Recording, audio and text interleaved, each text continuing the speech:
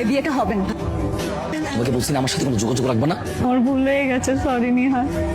Just get out. Please, তুমি তো জানো আমি তোমাকে কতটা ভালোবাসি।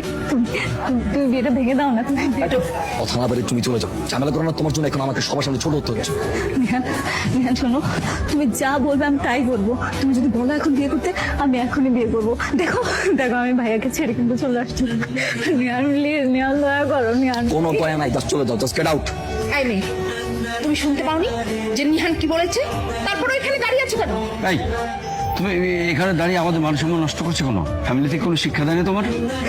নিহান বোঝাও না আঙ্কেলকে।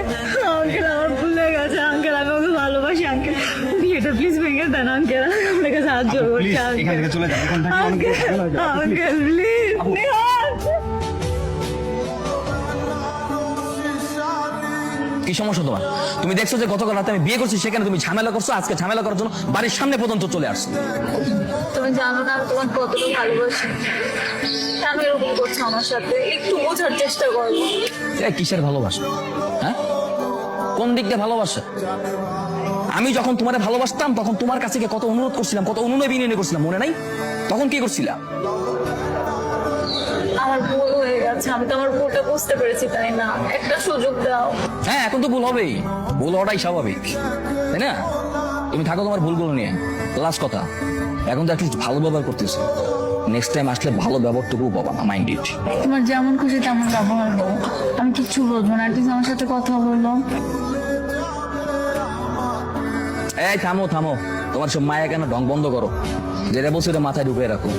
নেক্সট টাইম আসলে পরিস্থিতি ভালো হবে না। Just get out, out. শোনো, একটা আমার কথাটা শোনো। আজকেও দেখলাম ওই মেয়েটা বাসার নিচে এসেছে। হ্যাঁ এদিকে আয়। এই মেয়েটাকে তুই বুঝিয়ে বলতে পারিস না? বারবার এভাবে বিরক্ত করতে আসে কেন? বাবা, আমি ওকে বুঝিয়ে বলে আসছি, সে এখন জায়গায় বিরক্ত করতে আসবে না। আসবে না বললে তো আর বিশ্বাস করা যায় না।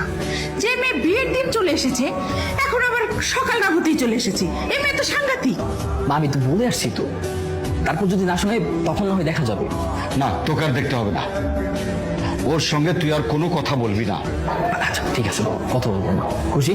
আচ্ছা বাবা, তুই নতুন বিয়ে করেছিস, বৌমা এসব কি মনে করবে? আর ও কিভাবে নেবে এগুলো? এবার যদি আসে না